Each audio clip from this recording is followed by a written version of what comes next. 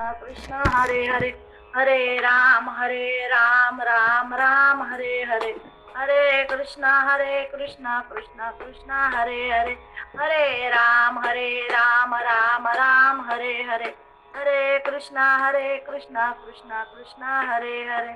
ओम पार्थाय प्रतिबोधितं भगवता नारायणेन स्वयं व्यासेन ग्रथिता पुराणमुनीनां मध्ये महाभारतम् अद्वैतामृतवर्षिणीं भगवतीम् अष्टादशाध्यायिनीम् अम्ब त्वामनुसन्धदामि भगवद्गीते भवद्वेषिणीम्.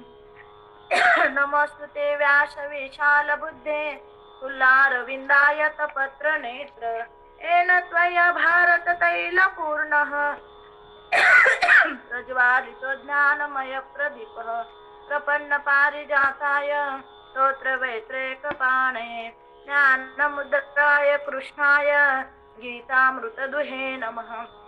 वसुदेवसुतं देवं कंसचाणूरमर्दनं देवकी परमानन्दं कृष्णं वन्दे जगद्गुरु, कृष्णं वन्दे जगद्गुरु, कृष्णं वन्दे जगद्गुरुम्. उदारा जगदाधारा देई मजा सावर स्वस्वरूपोण संधानी रमोचित्त निरंतरं काम क्रोधादिका थारा मिळवून च मदंतरी अखंडित वसो मूर्ती तुझी श्री हरी साजी शरीरी ही घरी दारी श्री पुत्रादी परिग्रही अनासक्त स्वचित्त आसक्त त्वदनुग्रही. नको धन नको मान नको लौकिक आगळा तोडवे हा परी माझा मोहपाशा तुनी गळा. नको भोग नको त्याग नको विद्या नको कला अविट पद पद्माची अमला भक्ती दे मला. नर नारी हरी रूप दिसो बाहेर अंतरी राम कृष्ण हरी मंत्र उच्चारी मम वैखरी. मी माझे मावळो सर्व तुझे उगो आता मी तो पण जगन्नाथा हो एकची तत्वता. देव भक्त से द्वैत अद्वयत्व न खंडिता दाखवी देव देवेशा प्रार्थना तुला ही आता. दाखवी देव देवेशा प्रार्थना तुला ही आता. दाखवी देव देवेशा प्रार्थना तुला ही आता. कदंब सुंदरुंडलं सुचारुगंडमंडलं ध्वजांगनैकवल्लभं नमामि कृष्ण दुर्लभं. यशोदया समोदया सगोपया सनंदया युतं सुखैकदायकं नमामि गोपनायकं, नमामि गोपनायकं, नमामि गोपनायकं. तदैव पादपङ्कजं मदीयमानसे निजं दधानमुत्तमालकं नमामि नन्दबालकं. समस्त दोष शोषणं समस्त लोकपोषणं समस्त गोपमानसं नमामि नन्दलालसं, नमामि नन्दलालसं, नमामि नन्दलालसं. ऐसा कर घरावे राम और धंदा सब छोड़ ही काम. ऐसा कर घरावे राम और धंदा सब छोड़ ही काम. इतने गोते काहे खाता जब तू अपना भूल ना होता. इतने गोते काहे खाता जब तू अपना भूल ना होता. अंतरा माझी जानत साचा मन में एक और ऊपर बाचा. अंतरा माझी जानत साचा मन में एक और ऊपर बाचा. तुका प्रभु देश विदेश भरिया खाली नहीं ले. तुका प्रभु देश विदेश भरिया खाली नहीं ले. इतने गोते काहे खाता जब तू अपना भूल ना होता.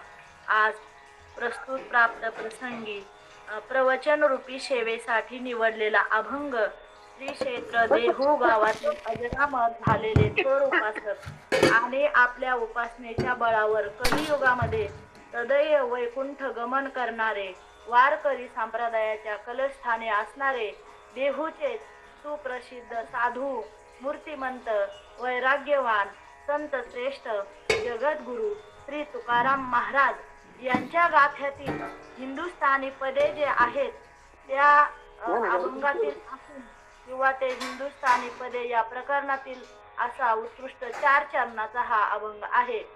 आणि या अभंगामध्ये तुकाराम महाराज सांगतात, ऐसा कर काम घर आवे राम. महाराज सांगतात, तुम्ही असं काहीतरी काम करा की जेणेकरून आपल्या घरामध्ये, माझ्या हृदयामध्ये काय प्रगट होईल, तर प्रभू रामचंद्र प्रगट होतील, किंवा माझ्या हृदयामध्ये, आपल्या सर्वांच्या हृदयामध्ये भगवंत प्रभू रामचंद्र निवास करतील. असं महाराज असं काम करतात. तर आता आपण पाहतो की देव तर सर्वांच्या हृदयस्थ आहे, पण महाराज म्हणतात की जेणेकरून प्रभू रामचंद्र भगवान तुमच्या गृह मंदिरात प्रगट होतील, या रामाला प्रगट करण्याचा उपाय न गुंतून राहता असं तुम्ही काम करा की तो भगवंत राम प्रभूचंद्र तो आपल्या हृदयात राहील, असं काहीतरी काम करा. स्पीकर कुणाचा चालू आहे? स्पीकरचा आवाज येत होता, बंद करा स्पीकर. ते शोभा आणि माफ करा दादा, आज तुम्ही नवीन जॉईन झालात, तुमचा स्पीकर बंद करा. स्पीकर कोणी चालू करू नका.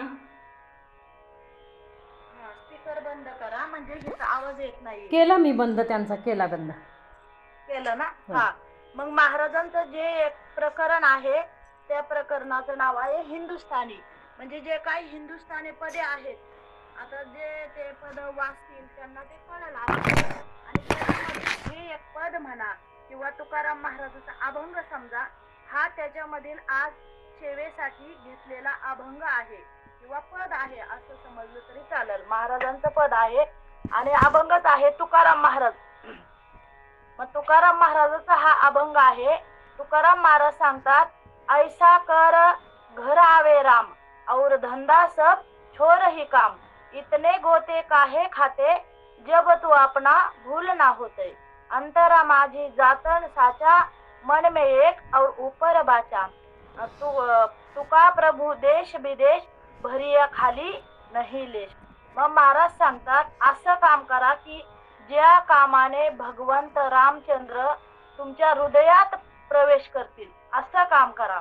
मग महाराज सांगतात, ऐसा कर घर आवे राम. मग काय केल्याने बाबा भगवंत प्रभू आपल्या हृदयामध्ये येईल किंवा आपल्यामध्ये प्रवेश करेल किंवा आपल्याला त्या भगवंताची ओळख होईल, तर आपण एका प्रकारचं भगवंताच्या राम नामाचं मंथन करायचं आहे.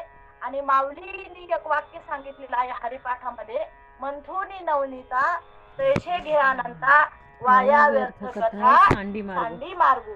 मग महाराज सांगतात, परमात्मा प्राप्तीचे साधन म्हणजे परमात्मा स्वरूपाचे चिंतन, स्मरण, नामसंकीर्तन हे एक प्रकारचे काय आहे, तर मंथन आहे, ज्याला शास्त्रीय भाषेत आपण म्हणतो श्रवण, मनन, निधिध्यास आणि तत्वपदार्थ संशोधन असे म्हणतात.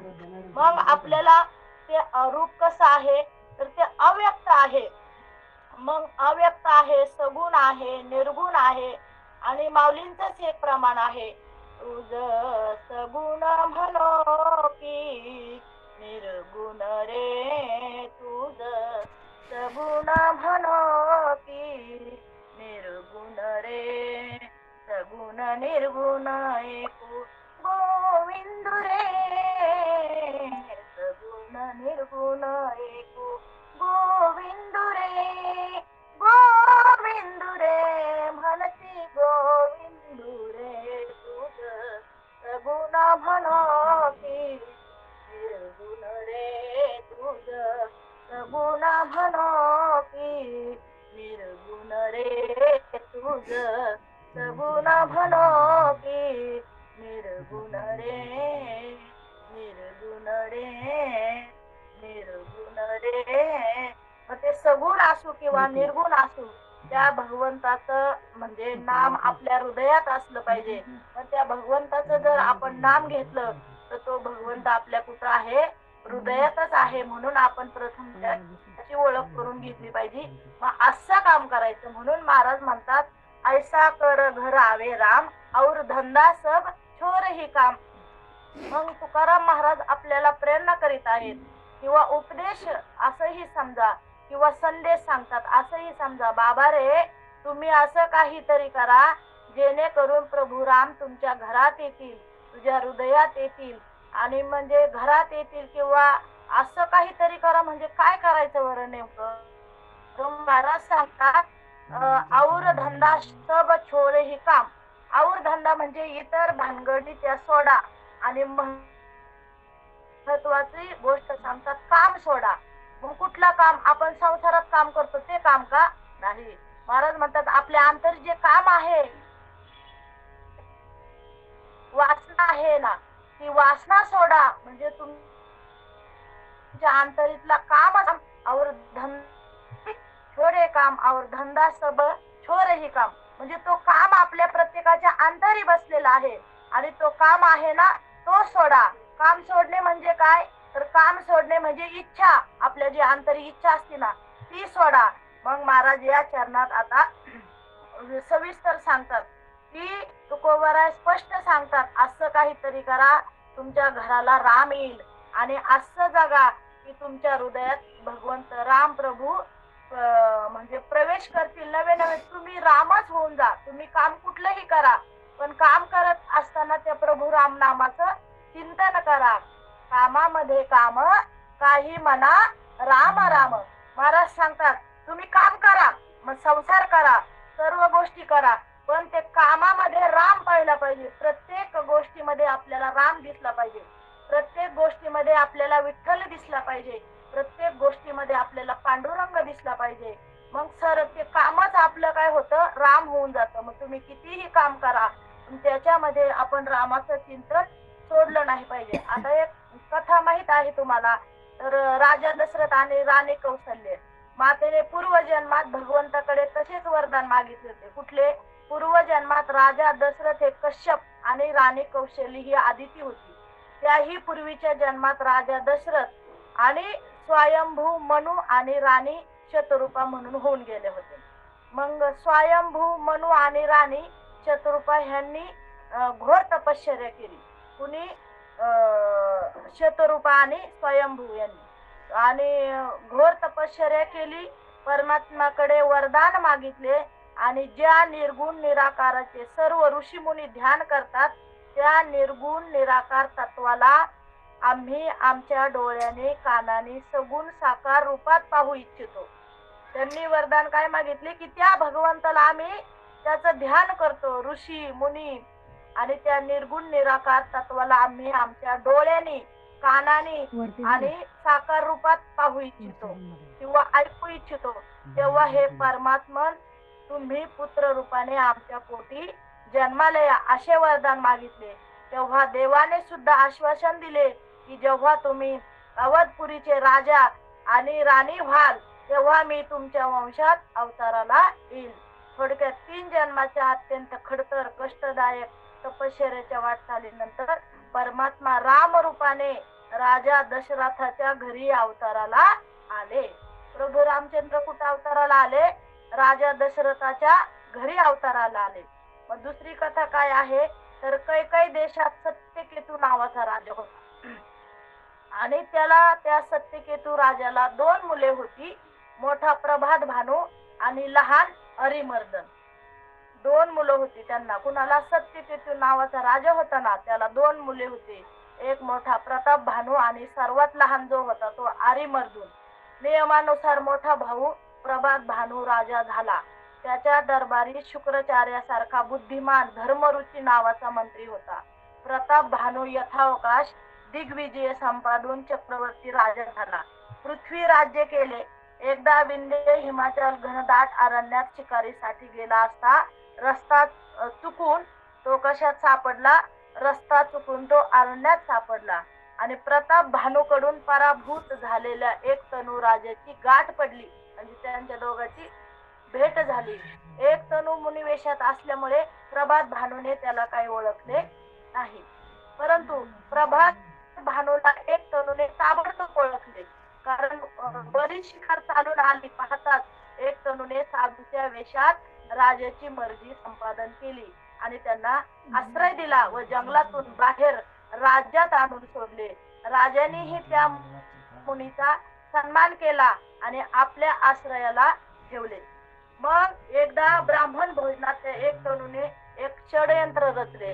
काय षडयंत्र रचले की अभक्ष्य भक्षण खाऊ घालून ब्राह्मण वृंदाची विटंबना केली. ती पुढे उघडकीस आली आणि उघडकीसही त्यानेच आणली. ब्रह्मवृंदाने राजासह सर्व परिवाराला शाप दिला की तुम्ही सगळे राक्षस व्हाल. काय शाप दिला की तुम्ही सगळे काय व्हाल, तर तुम्ही सगळे राक्षस व्हाल. आणि राक्षस झाल्यानंतर ताबडतोब त्यांनी त्यांना ओळखलं की तुम्ही राक्षस व्हाल असा शाप दिला. आणि पुढे प्रताप भानू दशानन रावण झाला. छोटा भाऊ आरिमर्दन जो होता त्यांचा तो कुंभकर्ण झाला. आणि पदरी असलेले धर्मरुची मंत्री बिभीषण झाला. पुढे रावणाच्या संहारासाठी परमात्म्याला राम अवतार घ्यावा लागला. या कथेतील प्रताप भानू व आरिमर्दन हे मूळचे भगवंताचे कोण होते, तर भगवंताचे ते चोपदार होते, जय आणि विजय. ह्या जय विजय द्वारपालाकडून सनक संतादिक ऋषीवर्याचा अपमान झाला आणि त्यांनी त्या दोघांना राक्षस होण्याबद्दलचा शाप दिला आणि त्या द्वारपालाच्या उद्धारासाठी राम अवतार झाला आहे. आपण म्हणतो राम अवतार कसा झाला, का झाला, तर त्याच्यामध्ये ही कथा आलेली आहे. त्याच्यासाठी आणि द्वारपालांच्या उद्धारासाठी राम अवतार झाला आहे. आणि तिसरी कथा अशी सांगितलेली आहे की एकदा काय झालं, लक्ष्मी स्वयंपाक घरात भगवंताने नारदाची फजिती केली आणि नारदाला ही लक्ष्मी हवी होती. परंतु काय झाले, भक्त व ब्रह्मचर्य व्रताचे पालन करण्यासाठी व नारदाचा महिमा वाढवण्यासाठी भगवंतानेच नारद विवाहापासून परावृत्त व्हावा अथवा नारदाचे ब्रह्मचर्य शाबूत राहावे, जसेचे तसे राहावे म्हणून नारदाला मरकट रूप देऊन लक्ष्मी स्वयंवरात नारदाची काय केली, फजिती केली. परमात्म्याच्या मायेने मोहित झालेल्या फजित पावलेल्या नारदाने भगवंताला शाप दिला की जसा मी पत्नी विवाहासाठी उत्सुक असताना मला तुम्ही माझी फजिती केली, तसेच तुम्हालाही राम अवतारात पत्नी वियोग होईल व पत्नीसाठी तुम्हीही रडाल असा शाप दिला. पहा, कुणी कुणाला शाप दिला, कसा दिला हे तुम्ही पाहिलं की मी पत्नी विवाहासाठी उत्सुक असताना मला तुम्ही फजित केले, तुम्हालाही राम अवतारात पत्नी वियोग होईल व पत्नीसाठी तुम्हीही रडाल असा शाप दिला. तो शाप पूर्ण करण्यासाठी राम अवताराला आले. आणि त्याच्या पुढची कथा तर तुम्हाला सर्वांना ज्ञातच आहे की अंबऋषी राजाची पण एक कथा आहे. एकादशी व्रताचे पालन करणाऱ्या अंबऋषीला दुर्वास मुनींनी अतिथी अपमान झाला म्हणून 10 जन्माचा शाप दिला आणि तो शाप भगवंताने स्वतः आपल्यावरती घेतला. म्हणूनही 10 अवतारापैकी रामाचा एक अवतार देवाला घ्यावा लागला. थोडक्यात अवतार देव कधी घेतात की धर्माची स्थापना करण्यासाठी, दुष्टांचा संहार करण्यासाठी किंवा साधूंचे रक्षण करण्यासाठी नाही तर देवाला रामाचा अवतार घ्यावा लागला.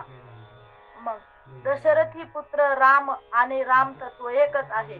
थोडक्यात राजा दशरथाच्या वंशामध्ये अयोध्या नगरात त्रेतायुगी कौशल्य मातेच्या उदरी जे राम जन्मावतारला आले ते काही सहजपणे आलेले नाही.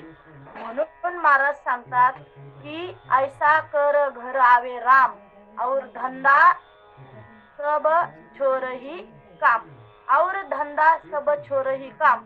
तर या चरणाचा सरळ असा अर्थ पाहिलाय महाराजांनी की निवृत्तीकडे नेणारा आहे. हा अभंग आपल्याला म्हणजे दुःखाची सुखाची प्राप्ती, दुःखाची निवृत्ती. आपण म्हणतो ना माझ्या नशिबात दुःख का आलं, पण या जन्माचं दुःख आहे का आपल्या नशिबात? नाही. याच्या आधीच्या जन्मातही आपल्याला त्या दुःखामुळे आपल्याला आपली अशी अवस्था झालेली आहे आणि ते दुःख किंवा आपण म्हणतो ना ज्याचं त्याचं प्रारब्ध, पण प्रारब्ध जरी भोगत असताना जर या प्रारब्धावरती हरीची कृपा झाली तर त्या प्रारब्धाचा काय होऊ शकतो, नाश होऊ शकतो. एका जनाधनी भोग प्रारब्धाचा हरिकृपे त्याचा नाश झाला. म्हणून महाराज सांगतात बाकीच्या गोष्टीचा नाश होईल पण तुझ्या हृदयात काय आला पाहिजे, राम आला पाहिजे. म्हणून महाराज असं काहीतरी काम करा, ऐसा कर घर आवे राम और धंदा सब छोर ही काम. मग धंदा म्हणजे आहे आपण नाही का, आपण म्हणतो त्यांना काय धंदा आहे, सारखं ते टाळ कुडतात, पण टाळ कुटणे सुद्धा हे एक धंदाच आहे ना. म्हणून महाराज सांगतात की हा म्हणजे एवढा सोपा मार्ग आहे की असं वाटलं तुकोबारायांना आपल्याला आपला धंदा पाणी अथवा काम धाम सोडून फक्त भजन किंवा पूजन कीर्तनच करायला लावत आहेत का, असा नाही. त्याला आपल्या जीवन निर्वाहाचा कुठलाही काम धंदा सोडायला लावत नाही. महाराज सांगतात तुम्ही काम करा पण कुठलं काम करा आणि कुठला काम सोडा, तर और धंदा सब छोर ही काम. आपल्या जो आंतरिक काम बसलेला आहे ना तो तुम्ही सोडा. आणि तुकोबाराज स्पष्टपणे दोन गोष्टी सांगत आहेत की और धंदा छोर और काम छोर. याचा अर्थ काय होतो की अन्य इतर आपण धंदे करतो ना, रिकामे धंदे सोड. म्हणजे आपण काय म्हणतो हा खूप रिकाम टेकडा आहे, रिकाम टेकडा आहे म्हणजे ह्याला काम नाही का. काही लोक उगाचच आपलं कट्ट्यावर बाता मारत असतात, पण ते काय रामाचं बोलणं असतं का. इतर सर्व गोष्टी बोलतात पण रामाचं कोणी बोलतं का, बोलतच नाही. मग रामाचं बोलायला काही पैसे लागतात का, महाराज सांगतात नाही. त्याला काही अडका लागत नाही, रुका लागत नाही, पैसा लागत नाही, एक पै सुद्धा लागत नाही. फक्त आपल्या मुखाने काय करायचं, त्या रामाचं भजन करायचं. बोलो राम राम राम बोलो श्याम श्याम श्याम, बोलो बोलो राम राम राम बोलो श्याम श्याम श्याम. मनुवा मनुवा खेती करो हरि नाम की, मनुवा खेती करो हरि नाम की, मनुवा खेती करो हरि नाम की. पैसा न लागे अडका न लागे, पैसा न लागे अडका न लागे, ना लागे कवडी दमडी, ना लागे कवडी दमडी. बोलो राम राम राम बोलो श्याम श्याम श्याम, बोलो बोलो राम राम राम बोलो श्याम श्याम श्याम. मनुवा मनुवा खेती करो हरि नाम की, मनुवा खेती करो हरि नाम की, मनुवा खेती करो हरि नाम की. कहत कबीरा सुनो भाई साध, कहत कबीरा सुनो भाई साध, भक्ति करो हरिहर की, भक्ति करो हरिहर की. बोलो राम राम राम बोलो श्याम श्याम श्याम, बोलो बोलो राम राम राम बोलो श्याम श्याम श्याम, बोलो बोलो राम राम राम बोलो श्याम श्याम श्याम, श्याम श्याम श्याम, बोलो बोलो श्याम श्याम श्याम. मग काम सोडायचं, पण आपल्या कुठला काम सोडायचंय, तर महाराज सांगतात आपण काम सोडू पण कुठला काम म्हणजे काय आहे, काम धंद्यातलं काम आहे का, नाही. महाराज म्हणतात काम धंद्यातला काम नाही, काम याचा अर्थ इच्छा आहे. म्हणजे सर्व प्रकारच्या इच्छा काय कर सोड, म्हणजे काम सोड. आपल्याला इच्छा तर किती असतात, आपल्या इच्छा सांगायचं म्हणलं तर इच्छाला भरपूर म्हणजे पूर आलेला आहे. इच्छा कधीही कोणाची आवरत नाही. त्या इच्छा सोडणं म्हणजेच काम सोडणं आहे. म्हणून महाराज सांगतात और धंदा सब छोरही काम. थोडक्यात आपण आपल्या जीवन निर्वाहासाठी जबाबदारीपूर्वक निवडलेल्या नोकरीस, कामास, व्यवसाय, धंद्यास सोड असे सांगतात का, महाराज नाही. ते तर करायचं आहे, ती तर आपली मोठी जबाबदारी आहे. आणि ही जबाबदारी टाळून जी रिकाम टेकडी कामे आपण करत आहोत ना, ती सोडायला सांगत आहेत महाराज. महाराज म्हणतात तुम्ही जर एखादा धंदा करत असाल, व्यवसाय करत असतात, ते सोडू नका. पण जे रिकाम टेकडे काम आहे ना, आपण रिकाम टेकडे काम करतो ना, ते सोडा. की आपण प्रत्येक क्षण आपण त्या भगवंताच्या नामासाठी लावला पाहिजे आणि तो भगवंत आपल्या हृदयात आला पाहिजे. म्हणून ते कर्म, आपलं प्रत्येक कर्म करताना त्या रामाला अर्पून समर्पण करून हे कर्म आपण केलं पाहिजे. मग महाराज सांगतात, जोडून या धन उत्तम व्यवहारे, उदास विचारे वेच करी, उत्तमची गती तो एक पावेल, उत्तमची पावेल जीव खाणे. तुकोबाराय सांगतात की उत्तम व्यवहाराने धन जोडावे. आपण धन गोळा करतो, धन कमवतो, पण ते कसं कमवतो, कुणी कुणी कसं कमवतो, कुणी कुणी कसं कमवतो. पण महाराज सांगतात ते धन सुद्धा कसं जोडावं, उत्तम जोडावं. उत्तम धन कमवूनच ते धन जोडावं. मग महाराज सांगतात धन कुठलं आहे, तर धन परमार्थ करणे सुद्धा हे एक काय आहे, धन आहे. परमार्थ हे महाधन आणि जोडी देवाचे चरण. महाराज सांगतात की धन जोडावे किंवा काम करावे, कमवावे, पण हे कमवता कमवता आपण परमार्थ रूपी जे धन आहे ना, ते सुद्धा कमवलं पाहिजे. मग महाराज सांगतात की ते तुझा अधिकार फक्त कर्म करायचाच आहे आणि या कर्मफलाविषयी तू इच्छा धरता कामा नये. म्हणून गीतेमध्ये अध्याय 2 त्याच्यामध्ये सांगितलेलं आहे की कर्मण्येवाधिकारस्ते मा फलेषु कदाचन ना कर्मफल हेतुर्भूर्माते संगोस्त्व कर्मणी. मग भगवान अर्जुनाला उपदेश करतात की हे अर्जुना, तुझा अधिकार फक्त कर्म करायचाच आहे. या कर्मफलाविषयी तू इच्छा धरता कामा नये. कर्मफलाला तुला हेतुभूत ही होता कामा नये आणि म्हणून मला कर्म करायची गरज नाही असेही म्हणू नकोस. आपण म्हणतो मला काय करायचं गरज आहे, मला काय कर्म करायचे, पण हे कर्म कुणालाही सुटलेले नाही. म्हणजे कर्म न करण्याविषयी कलही होऊ देऊ नकोस. थोडक्यात तुला प्राप्त झालेले स्वकर्म हे तर करावेच लागेल आणि जे तुला वर्णाश्रम धर्मानुसार निश्चित आहे, विहित कर्म आहे, अयोग्य आहे, पण हे कर्म करत असताना तू काय करू नको, कुठल्याही फळाची आसक्ती इच्छा धरू नको. परी कर्म फळी आस न करावी आणि कुकर्मी संगती न व्हावी, हे सत्क्रियाची आचरावी हेतुविन. ज्ञानेश्वरी अध्याय 2. या कर्मफला तुझी इच्छा आस नसावी. हे कर्म दुष्कर्म ही होऊ नये आणि सत्कर्मच व्हावे. आपण प्रत्येक कर्म करताना सत्य कर्म करायचं का खोटं कर्म, तर महाराज सांगतात सत्य कर्म करावे. तुका म्हणे सत्य कर्मा व्हावे साह्य, घातली या भय नरका जाणे. मग निष्काम कर्मयोगाच्या आचरणाने क्रियामान कर्म तयार होणे थांबून जाईल. महाराज सांगतात तुमचं कर्म कधी थांबल, की जे निष्काम कर्मयोगाच्या आचरणाने क्रियामान कर्म तयार होणे थांबून जाईल. म्हणून निष्काम कर्मयोग ही परमार्थाची अत्यंत महत्वाची पायरी आहे. निष्काम कर्म की त्या कर्मामध्ये कुठलाही आपला काम ठेवायचा नाही. निष्काम म्हणजे कुठलंही फलाची आशा ठेवायची नाही आणि कुठलीही त्याच्यामध्ये इच्छा धरायची नाही. आणि भगवान श्रीकृष्ण अर्जुनाला निष्काम कर्मयोगाचाच उपदेश करीत आहेत. तुकोबाराय हाच आपल्याला उपदेश करीत आहे. म्हणून महाराज सांगतात और धंदा सब छोरही काम.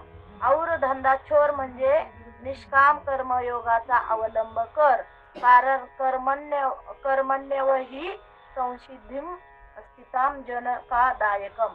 गीता.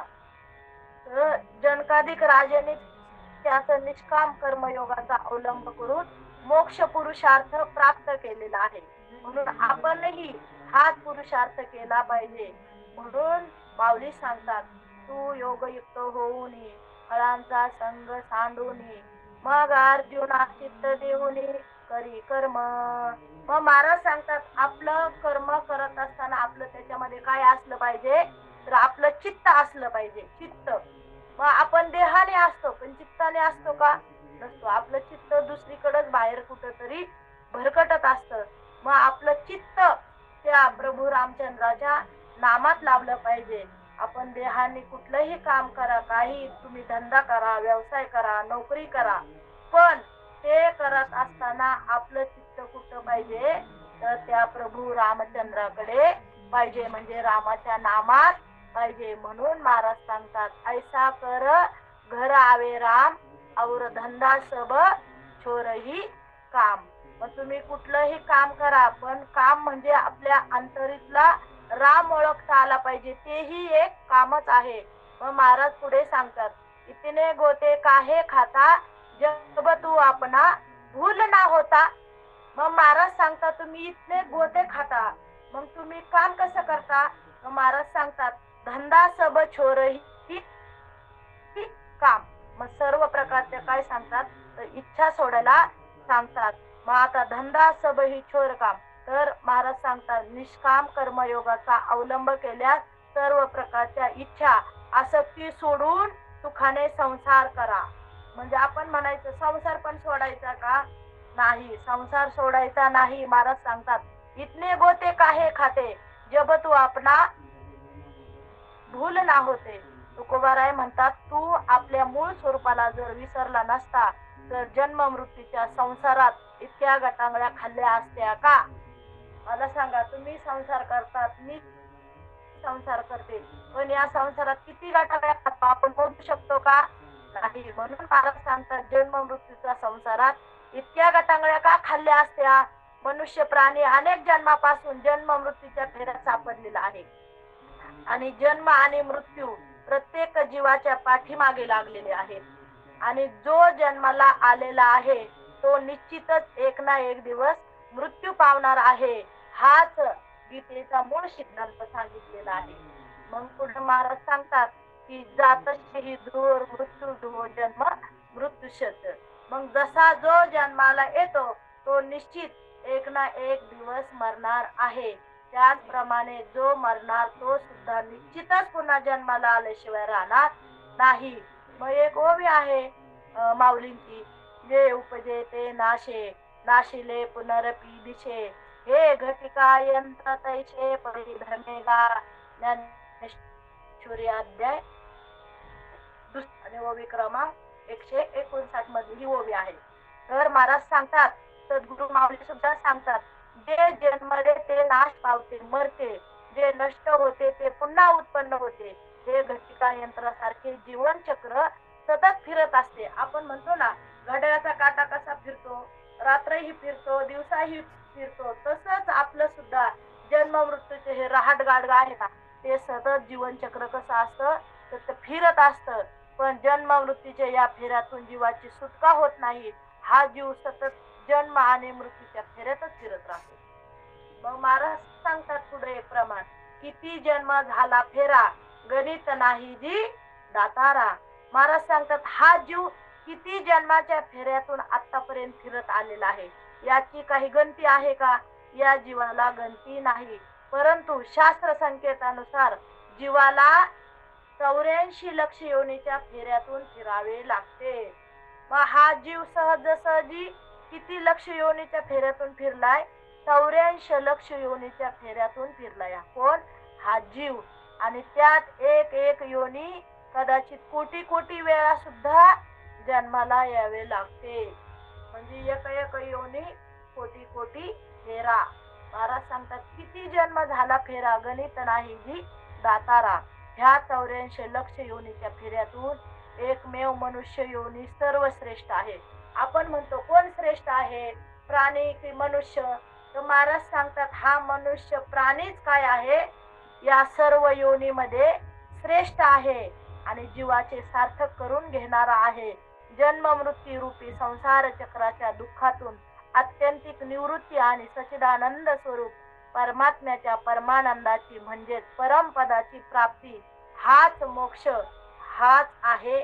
आणि हा मोक्षच जीवाचे परम लक्ष्य आहे.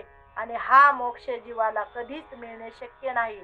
जोपर्यंत जीवांच्या अंतःकरणात वासना आहे तोपर्यंत ही वासना जन्म घेण्यासाठी लागणारी महत्वाची सामग्री आहे. मग आपला जन्म कशामुळे आहे, तर महाराज सांगतात, आपला जन्म वासनेमुळे आहे. जन्म घेणे लागे वासनेच्या संगे. वासना असली तर आपल्याला जन्म घ्यावाच लागतो किंवा लागेल. ही वासना आहे. देह, इंद्रिय आणि इंद्रिय विषय भोगाची पंचमहाभूतांच्या पंचीकरणातून निर्माण झालेला हा स्थूल देह, पिंड ते स्थूल जगत ब्रह्मांडाचा पसारा अशा पद्धतीने साकारलेला आहे. आणि ह्या देहामध्ये परमात्मा जीव रूपाने प्रवेशला आहे. आपला देह आहे, पण त्याच्यामध्ये आपल्या अंतरी कोण आहे? तर महाराज सांगतात अंतरी आपल्या परमात्मा आहे. मग त्या परमात्म्याला आवडल असं काम करा. म्हणून महाराज सांगतात ऐसा कर घर आवे राम, और धंदा सब छोर ही काम. इतने गोते काहे खाता, जब तू अपना भूल ना होता. अंतरा माझी जानत साचा, मन में एक और ऊपर बाचा. मग महाराज सांगतात अंतरा माझी म्हणजे आपल्या अंतरी एक आणि बाहेर एक असं इथं परमात्मा चालत आहे. जे आत आहे तेच बाहेर पाहिजे किंवा जे बाहेर आहे तेच आत पाहिजे. म्हणून महाराज सांगतात अंतरगामी जानत साचा, मन में एक और ऊपर बाचा. आपण काय म्हणतो बाई तिच्या होठात एक आणि पोटात एक, तसं नाही पाहिजे. महाराज सांगतात अंतरा माझी म्हणजे आपलं अंतःकरण आहे ते कुठं आत आहे का बाहेर आहे? तर आतमध्ये आहे. तिथं एक विषय चाललेला असतो आणि बाहेर दुसराच विषय चाललेला असतो. तसं नाही. महाराज म्हणतात जो अंतरी तुमचा विषय चाललेला आहे तोच तुमच्या बाहेर पाहिजे आणि जो बाहेर विषय चाललेला आहे तोच आतमध्ये पाहिजे. म्हणून महाराज सांगतात अंतरगामी जानत साचा, मन में एक और ऊपर बाचा. मग आपल्या मनात एक आणि ध्यानात एक असं नाही पाहिजे. जे ध्यानात आहे ते मनात पाहिजे आणि जे मनात आहे तेच आपल्या ध्यानात पाहिजे. मग प्रभू हा अंतर्यामी आहे. प्रभू कसा आहे? प्रभू हा अंतर्यामी आहे. तुकाराम महाराज म्हणतात तो प्रभू राम अंतर्यामी आहे. अंतर्यामी म्हणजे अंतरंग, अंतर्यामी म्हणजे हृदयाचे रंग, अंतर्यामी म्हणजे मनाचे रंग जाणणारा आणि अंतर्यामी म्हणजे भाव ओळखणारा. गावराम भाषेत त्याला काय म्हणतो आपण? मन कवडा. आपण म्हणतो ना तिचं काय ऐकते बाई, ती खूप मन कवडी आहे, तिचं काय ऐकायचं बाई, ती मन कवडा आहे. म्हणजे आपण एक शब्द वापरतो ना गावरान भाषेत गावाकडे, नाही का? मन कवडा म्हणतात. व्यवहारात काही माणसं हुशार असतात, मनामध्ये असते एक आणि बोलतात मात्र दुसरंच आणि करतात मात्र भलतच, म्हणजे करतात तिसरंच. मग अशा स्वार्थी मतलबी व्यवहारात आणि हुशार माणसाच्या मनाचा अजिबात थांग पत्ता लागत नाही. महाराज म्हणतात की कुणाच्याही मनाचा आतापर्यंत थांग पत्ता लागलेला नाही. एकदा एक कीर्तनकार एका गावी कार्यक्रमाला निघाले आणि शहरी भागापर्यंत पोहोचले. खरे पण खेड्यावरच्या मुक्कामाची गाडी हुकली आणि नगरात त्यांचा तसा थोडा परिचय होता. पण एका बोल घेवड्या भक्ताची त्यांना आठवण झाली आणि तो नेहमी आवर्जून म्हणायचा, महाराज एकदा या आमच्याकडे, एकदा या आमच्याकडे, तुमचे पाय लागू दे आमच्या घराला, तुमचे पाय लागू दे आमच्या दाराला. नेहमी भेटला की ती असंच विनंती करायचा. आणि आठवणीने बोलवणाऱ्या भक्ताची कीर्तनकाराला आठवण झाली. त्या भक्ताचा पत्ता होताच महाराजाजवळ.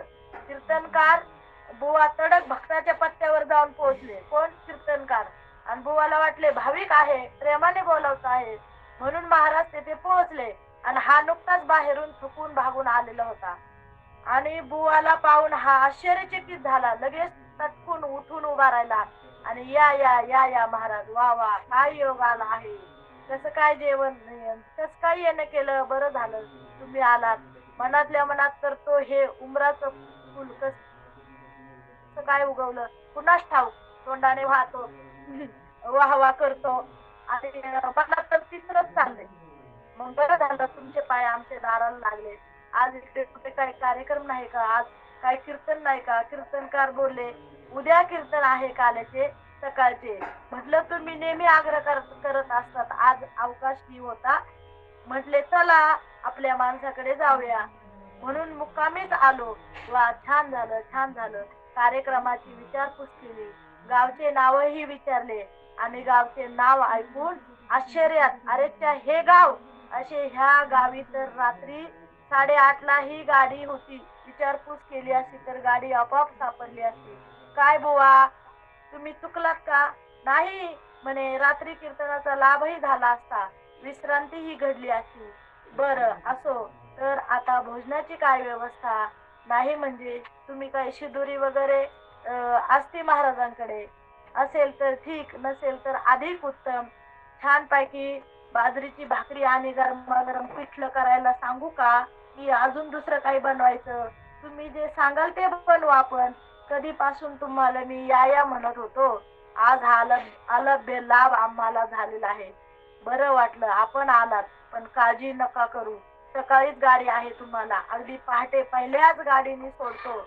हवं तर तेथे गेल्यावर स्नान झाले तरी नाही म्हणे, ओले कपडे न्यावे लागणार नाही. असो, मी सुद्धा कीर्तनाला आलो असतो, मलाही आवडले असते. पण पण काय करता, प्रापंचिक माणसं. माझ्या मावस चुलत साडूच्या मुलीचा साखरपुडा आहे. महाराजाला वाटलं आता हा माझ्या बरोबर काय करील, कीर्तनाला येईल. तर तो काय म्हणला, नाही महाराज, मी आलो असतो, पण माझ्या मावस साल्याच्या चुलत साडूच्या मुलीचा काय आहे, साखरपुडा आहे. आणि त्या साखरपुड्याला गेल्याबद्दल आम्हाला कीर्तनाला येता येत नाही. म्हणजे तोंडावर बोलायचं एक आणि घरी महाराज आले का बोलायचं दुसरं. तसं महाराज चालत नाही. म्हणून महाराज सांगतात की अंतरा माझी जानत साचा, मन में एक और ऊपर बाचा. तुका प्रभू देश विदेश, भरिया खाली नाही लेश. मग महाराज सांगतात, सती कपटू जानेऊ सूर स्वामी, सब दर्शी सब अंतर माझी. मग काय झालं, एकदा सती पार्वती आपले पती भगवान भोलेनाथ यांच्यासह काय करीत होते, तर क्रीडा करीत होते. सारी पाटाचा डाव अगदी रंगात आला होता. आणि इकडे त्रेतायुगातल्या राम अवताराची, प्रभू रामचंद्राची लीला चालली होती. नुकतेच रावणाने सीतेचे हरण केले होते. सीता काही सापडत नव्हती. राम आणि लक्ष्मण सीतेचा वेड्यासारखा शोध घेत होते. दोघांचाही आरडाओरडा चाललेला आहे. सीता मैया, सीता भाभी लक्ष्मणाची ललकारी, हे सीते, हे प्रिये, हे सीते. असं रामाचं काय चाललं होता, आक्रोश चालला होता. राम अगदी वेडे झालेले आहेत. ते झाड झुडूप वेलींना सुद्धा विचारतात, पशु पक्ष्यांना सुद्धा विचारतात, प्राण्यांना सुद्धा विचारतात, हे झाडांनो, हे पशु पक्ष्यांनो, हे प्राण्यांनो, हे माझ्या सीतेला तुम्ही पाहिले का? माझी सीता कुठे आहे? कोणी मला सांगेल काय? माझ्या मृगनयनी सीतेला कोणी पाहिले का? तर रामाला अगदी आक्रोश आला आणि मोठ्या मोठ्याने रामप्रभू ओरडत आहे, टाहो फोडीत आहे, सीतेला हाक मारित आहे आणि स्वतः ढसाढसा रडत आहे. भगवान भोलेनाथ सस्मित अंतकरणाने मनातल्या मनात आश्चर्य करत आहे. पार्वतीने भोलेनाथाचे आश्चर्यकारक हास्य पाहून हसण्याचे कारण विचारले. भोलेनाथाने उत्तर देण्याचे टाळले आणि म्हणाले, जाऊ द्या, आपण आपला खेळ खेळूया. दुसऱ्याच्या भानगडीत आपल्याला काही पडायचे नाही. पार्वती मातेने हट्टाने पतिराजाला हसण्याचे कारण विचारले. तेव्हा भगवान भोलेनाथाने विशिष्ट दिशेकडे अंगुली निर्देश केला व दिव्य दृष्टीने पंचवटीतल्या दृश्याकडे लक्ष दिले. पाहता तर काय, रामचंद्र आक्रोश करीत आहे, रडत आहे, विलाप करीत आहे, बडबड करीत आहे. पार्वतीला मोठे आश्चर्य वाटले. ज्या रावणाच्या नाशाकरत्या ह्या रामाने अवतार घेतला, तोच राम रावणाच्या सीताहरणानेच घायल झाला. पुढे हा सीतेला सोडवणार कसा, रावणाशी युद्ध करणार कसा, याची चिंता वाटली. कर्तुम अकर्तुम अन्यथा कर्तुम शक्ती संपन्न हा राम आपल्याला पतिराजाचे म्हणजे भगवान भोलेनाथाचे इष्ट दैवत आहे आणि आपले पती महादेव ज्यांचे सदैव ध्यान करतात, तो हा राम इतका बाईल वेडा कसा आहे? आपल्या पळवून नेलेल्या बाई करता खुशाल रडत फिरत आहे. याबद्दल, रामाबद्दलच्या ईश्वरी तत्वाबद्दल, सामर्थ्याबद्दल आणि अवताराबद्दलही पार्वतीला शंका आली. संशय आला. पार्वतीला क्षणभर वाटले की राम सीतेच्या अतिमोहामुळे अगदी वेडापिसा झालेला आहे, याला आता सावरले पाहिजे, बोध दिला पाहिजे. म्हणून पार्वतीने मनातल्या मनात निश्चय पक्का केला. महादेवाला पार्वतीने प्रतिप्रश्न केला, काय हो, ज्यास तुम्ही ध्यान करता, ज्याच्या भजनात तुम्ही दंग राहता, तेच काय हे प्रभूचे तुमचे राम पहा तरी काय अवस्था आहे त्यांची. मग राम असो की महादेव एकच, वास्तविक दोघेही भिन्न नाहीत. अगदी दोघेही एकमेकांचे भजन करणारे असले तरीही दोघे काय आहे, देवच आहे.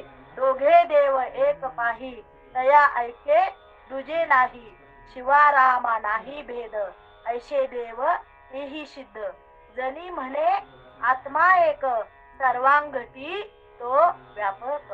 महाराज सांगतात परमात्मा हा एकच एक आहे, सर्वात अंतर्यामी आहे, सर्व घटात तोच आहे. पण अज्ञानी जीवाला त्याची ओळख नाही, कारण अज्ञानी जीवाची वृत्ती प्रपंचाकडे धावत आहे आणि विविधतेकडे ही धावत आहे, भेदाभेदाकडे ही धावत आहे. म्हणून प्रापंचिक जीव ह्या देवाच्याच मायेने मोहाने भ्रमित होऊन भ्रमिष्ठासारखा वागत आहे. त्याला देवही कळत नाही, म्हणून त्याची ओळखही पटत नाही. आणि ओळख न झाल्यामुळं तो देव नाहीच म्हणून ओरडत आहे किंवा बोंबलत आहे. जेथे देवच नाही तेथे त्याला कुणाचा धाकही नाही, कुणाची लाजही नाही. मी सर्व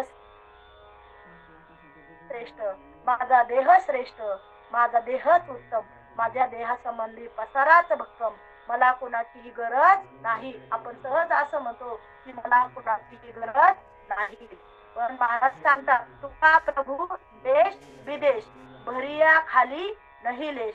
तुकोबाराय म्हणतात प्रभू रामचंद्र भगवान सर्वत्र व्यापलेले आहेत, सर्वत्र भरलेले आहेत, सर्व दिशामध्ये विद्यमान आहेत आणि त्यांच्याशिवाय एकटीच भर सुद्धा जागा रिकामी नाही.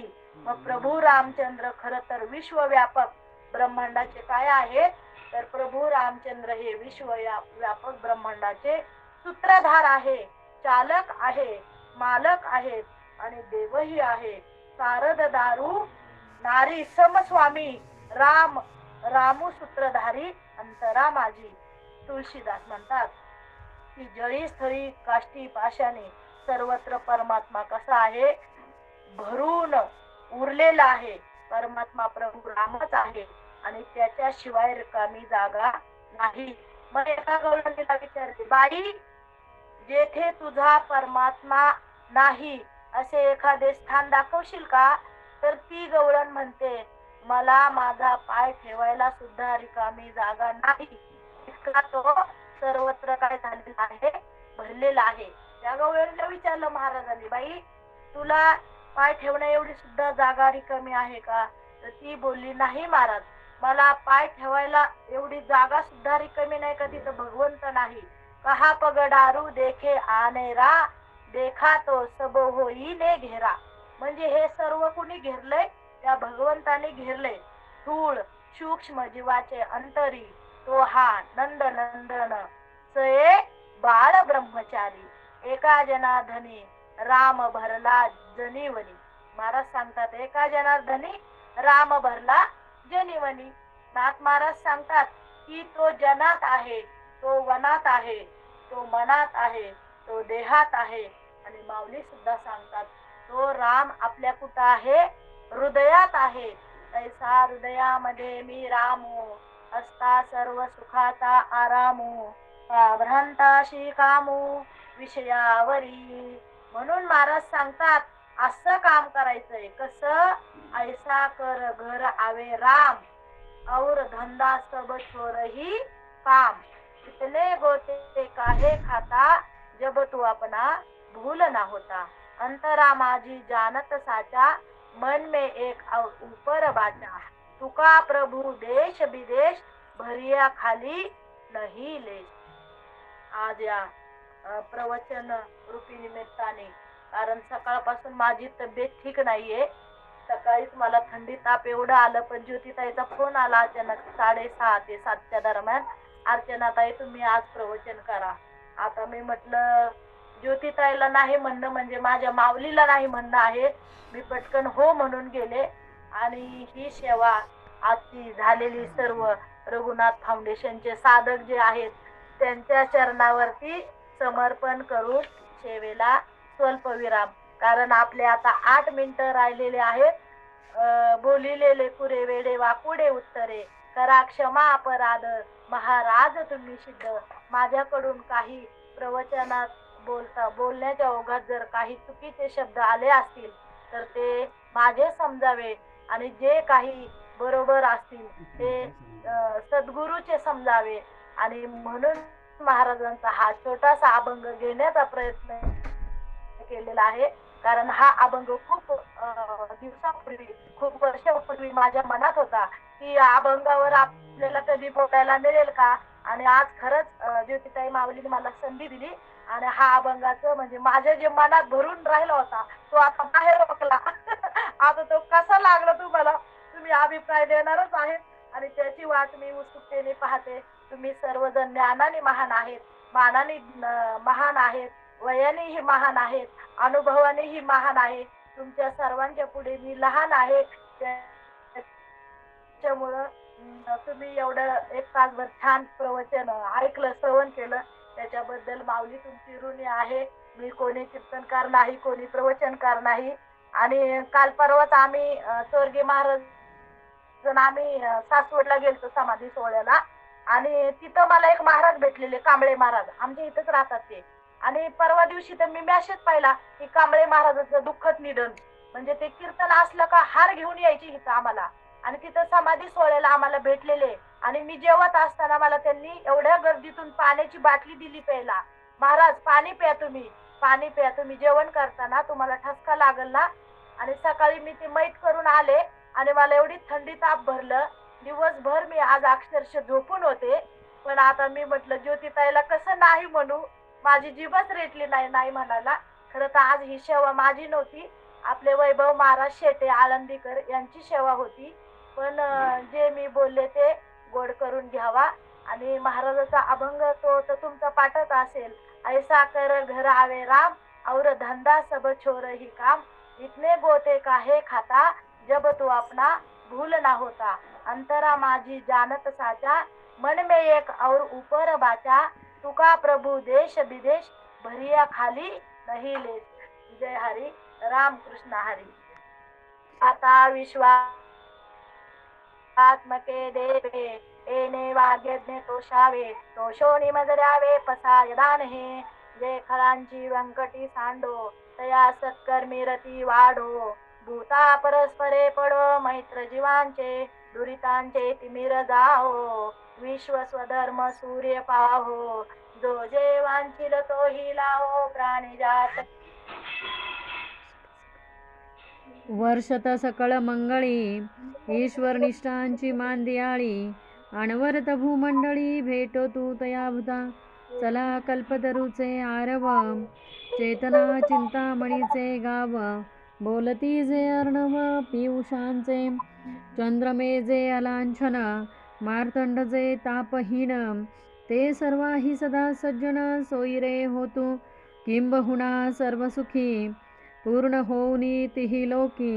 भजे जो अधिपुरुषी अखंडित आणि ग्रंथ उपजीविये. विशेषी लोकीये दृष्टादृष्ट विजय होवा वेजी. एथ म्हणे श्री विश्वेश्वरा हो हा होईल दान पसाओ. येणेवर ज्ञानदेव सुखिया झाला. येणेवर ज्ञानदेव सुखिया झाला. येणेवर ज्ञानदेव सुखिया झाला. पुंडलिक वरदाहर विठ्ठल श्री ज्ञानदेव तुकाराम. पंढरीनाथ भगवान की जय. माऊली ज्ञानेश्वर महाराज की जय. जगद्गुरु तुकाराम महाराज की जय. सब संत